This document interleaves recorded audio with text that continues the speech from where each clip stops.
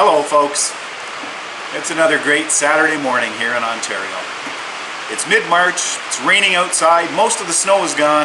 It's a wonderful day to be in our nice warm workshop with the wood furnace behind me blowing out heat.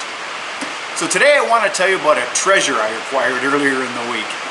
I stopped in at Switzer's Auctions just south of Bancroft and I picked up a firearm and some ammunition I bought in their February sale. By the way, if you get a chance, check out Switzer's Auctions at www.switzersauctions.com.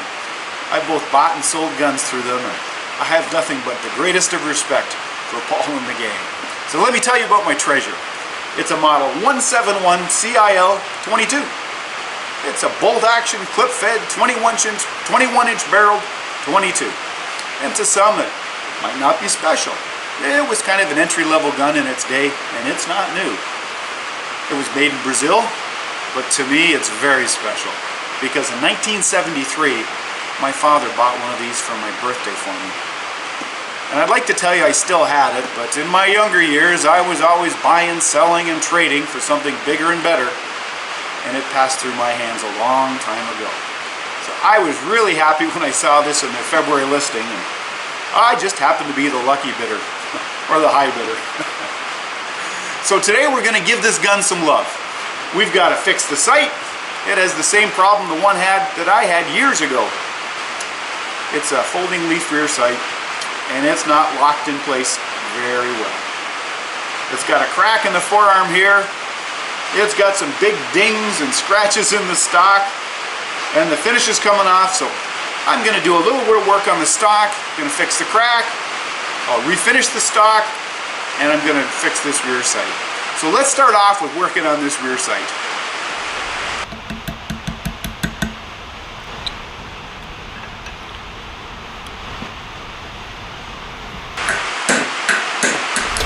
Let's take this spring out of here.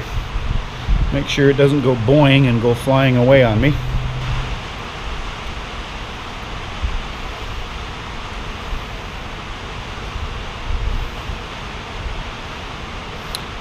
So now what we're going to do is we're going to drill and tap this piece, and we're going to put a number 4x40 set screw right there. And interesting enough, there's a number 4 stamped in the base of this sight. The easiest way to find dead center in a rectangle or a square is just describe a couple of lines, corner to corner, and where the lines intersect, of course that's the center. There, let's make a mark here with a center punch, and we're ready to drill a hole. Just make sure it's in the right place. I think that's not too bad. Perfect. Now we'll look up in a drill chart what size of drill we need. And I happen to have one. By the way, this steel rule was something my father gave me, well, probably in the neighborhood of 42, 43 years ago. And it says we need a number 43 drill. I'll go dig out a number 43 drill and we'll take this over to the drill press.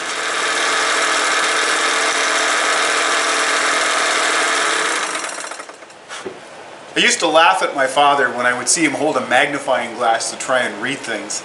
I'd say, "Oh, you're getting old, Father, what's next?" Well, guess what? I'm there too. I have a magnifying glass and I even have a little light on mine because I cannot read the writing on the side of this tap, and it says it is a can tap from Galt, Ontario, 440. So that's perfect. That's what we need. Guess we should watch what we say, shouldn't we? I'm going to put it in this little tiny tap holder.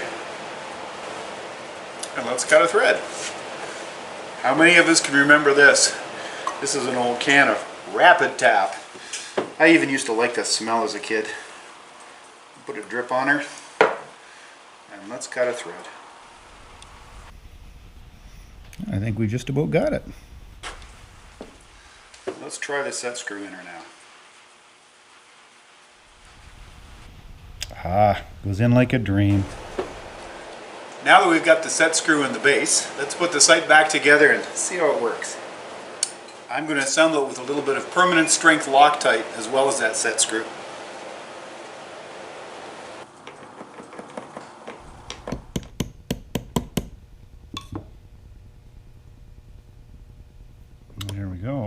the top.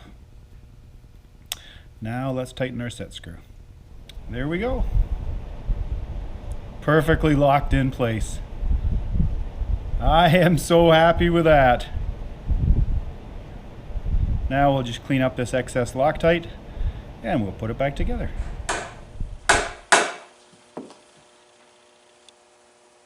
I'd say that's about halfway. Now that we've got that rear sight reassembled and installed, I think I'm going to fix this crack in the fore end here next. Guess we'll start by taking some parts off. How long has it been since I've taken one of those apart on a model 171 CIO? Oh, that's awesome. Before I glue this fore end together, I'm going to strip the old finish off the stock. It looks like it might be mahogany of some sort. It's whatever they used in South America, in Brazil, I guess. I read the instructions on the paint stripper and it says to break the surface with some sandpaper, or score it. So I'm just using an old sanding disc and I'm just going to roughen it up just to hopefully help the paint stripper work. It sure felt like a crime putting it on there, but wow, it is an amazingly powerful product. Well, yesterday you saw me take all the finish off this stock with polystripper, wipe it all down. I started sanding with 120 grit, 150 grit, 180 grit, 220, 320, and then I glued that broken piece on the forearm. It was only a small crack, and I used Elmer's waterproof glue, Pro Bond. I use it all the time.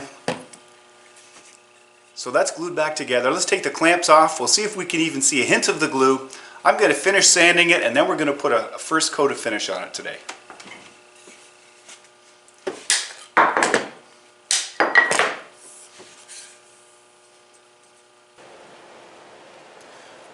I've rubbed the stock down with steel wool. I can't see any hint of a glue line actually. Looks really nice. I've blown it off, wiped it off with a tack rag, and now we're going to start putting finish on. I'm going to use True Oil Gun Finish. It's from Birchwood Casey. And truth be known, I've had this for a long time. I used it years ago and I was always very happy with the results.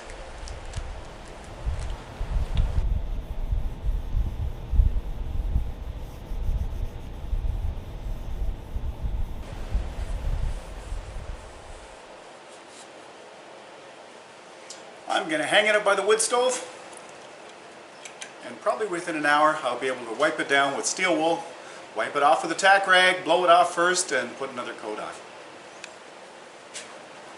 Here's the stock we've been working on. I actually put 3 coats of that clear finish on it. It turned out just lovely. I am so happy. And now it's time to put it together.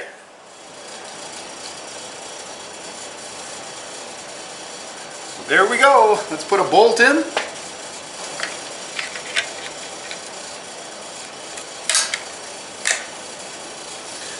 Put a clip in.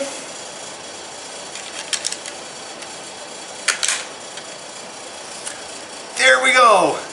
Isn't that beautiful?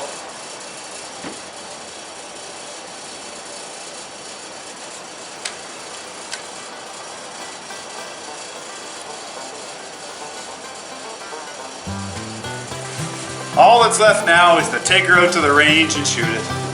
That's going to have to wait for the weekend. Oh, I can't tell you how excited I am and how happy I am to have this old 22. Oh, I look forward to sighting it in. Well folks, I've had a lot of fun. I hope you've enjoyed watching this. Thanks so much for joining us. We look forward to seeing you again on Out of the House with Paul.